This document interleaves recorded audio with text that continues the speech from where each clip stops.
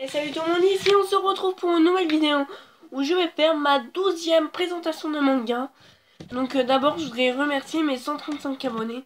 Oui, dans la précédente vidéo j'ai vu qu'elle vous avait beaucoup plu, donc merci à tous ces commentaires.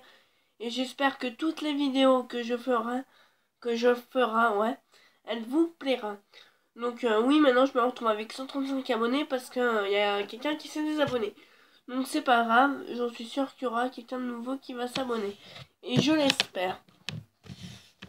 Donc je vais vous présenter un manga qui m'a plu. Un manga que j'aime bien, pas forcément que j'aime très bien. Comme je vous avais parlé de Seraph Frozen, que je kiffe vraiment ce manga.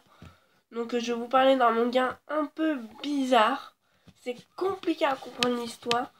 Donc je vais vous parler de Les Oubliés. Donc c'est un manga qui est fait par Nokuto Kwan, qui a fait aussi 6000 que je n'ai pas lu encore.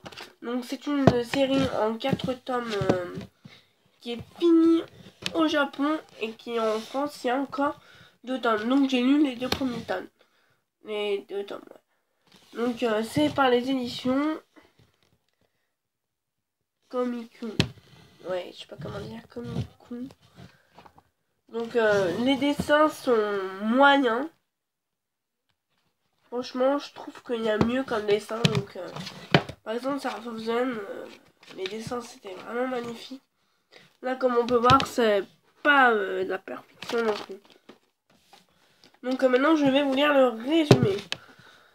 Donc Yushiya Nagumo, soldat japonais, démobilisé après la Seconde Guerre mondiale, accepte d'accéder à la dernière volonté d'une de ses compagnons d'armes. Ramené sur son île natale, Mitsu, sa fille, qui vit à Tokyo, embarquée sur un cargo. Yushiya et Mitsu naviguent au sud du Japon vers l'île d'Iwazo. Ils font alors la connaissance de Serizawa, un fonctionnaire qui leur explique que cette île n'est pas censée exister. C'est le premier d'une série de mystères qui vont les conduire au cœur d'une lutte acharnée pour leur survie. Donc ça c'est Mitsu et ça c'est Serizawa, voilà. Donc le premier tome je l'ai lu au collège, donc voilà, je l'avais acheté parce que dans mon collège la bibliothèque il y a presque que dalle comme manga, il y a pratiquement que des mangas qui sont nuls. Donc je l'avais lu et je n'avais pas trop compris parce que l'histoire elle part un peu en couille en fait. Désolé de la vulgarité. Donc voilà, donc maintenant on va passer aux points forts et aux points faibles. Donc les points faibles sont... Les personnages ne sont pas du tout attachants. Les dessins sont bof. Et l'histoire, Nokuto Kwan, il n'arrive pas trop à expliquer. Donc le mystère, il nous le met, je pense qu'il nous le mettra vers 3-4 tomes. Parce qu'on apprend, je vais pas vous spoiler, mais on apprend un truc au deuxième tome. Vers la fin, donc c'est un peu chiant parce que on se dit ouais, j'ai pas envie. En fait, dès que t'as le 1, t'as pas envie d'acheter le 2 en fait. Donc voilà. Donc après les points forts, c'est que l'histoire au deuxième tome. Donc j'ai mis un tome et quart, ouais. Donc à peu près, ouais, à là. Un peu plus, ouais. À peu près à là. Tout ça, plus ça, pour que j'apprécie le manga. Donc vous allez me dire, ouais, pourquoi t'aimes le manga maintenant? Parce qu'il y a enfin de l'action. Il y a enfin le suspense et le mystère.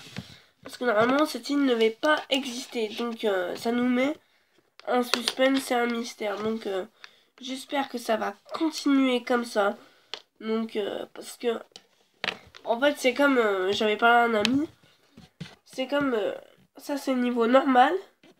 Et ça c'est un peu plus que... ça devient bizarre en fait. C'est... Je sais pas trop comment vous expliquer parce que ce manga... Donc on ne sait presque rien des personnages. Pratiquement rien du tout. c'est mal expliqué. Les personnages sont mal expliqués. On ne comprend rien. Il y a plein de gens qui crèvent comme ça. Les cadavres, ils sont dans la baraque. Je vous laisserai deviner pourquoi. Donc, ouais. Mais après, le manga va devenir intéressant. Donc, je n'ai pas lu 6000. Donc, il a l'air bien. D'après, sur Facebook, j'ai vu ça sur une page de manga. Donc, un mec, il l'avait plu. Donc, voilà. J'espère que il va vous plaire. Donc, ça dépend aussi votre style de manga. Donc, moi, je suis très seinen en ce moment. Donc, si vous aimez le suspense, le mystère, bah, je vous le recommande. Mais si vous êtes plutôt shonen neketsu à la Nanatsu no Taizai ou Ori no Seraph, par exemple, la femme zen, bah, je vous le conseille pas en fait. En fait, ça dépend du style de manga. Mais moi, personnellement, j'apprécie maintenant le manga. Donc, ah oui, les points forts, vite fait, je reviens un peu dessus. C'est que on voit de l'action et on voit l'émotion des personnages qu'ils mettent.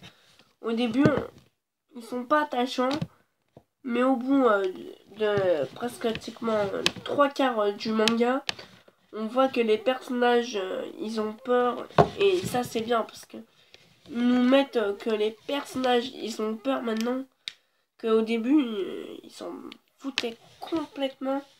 Maintenant, on voit leur stress et tout, et ça nous met le mystère. On a envie de savoir la suite, en fait. Donc voilà, donc j'ai hâte la sortie du 3.